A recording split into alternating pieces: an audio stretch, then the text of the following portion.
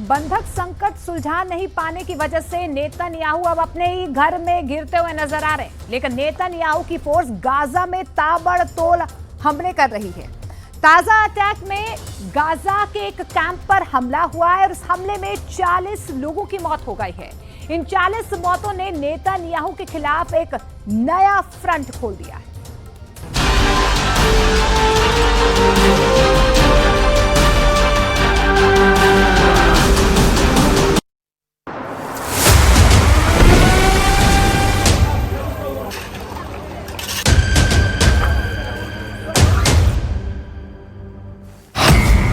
तस्वीर number 1 Gaza के खान यूनुस के अल-मवासी में तबाही की ये सबसे ताजा तस्वीर है। मिसाइल जहां गिरी है वहां बड़ा सा गड्ढा बन गया है। ये 30 फीट गहरा गड्ढा है।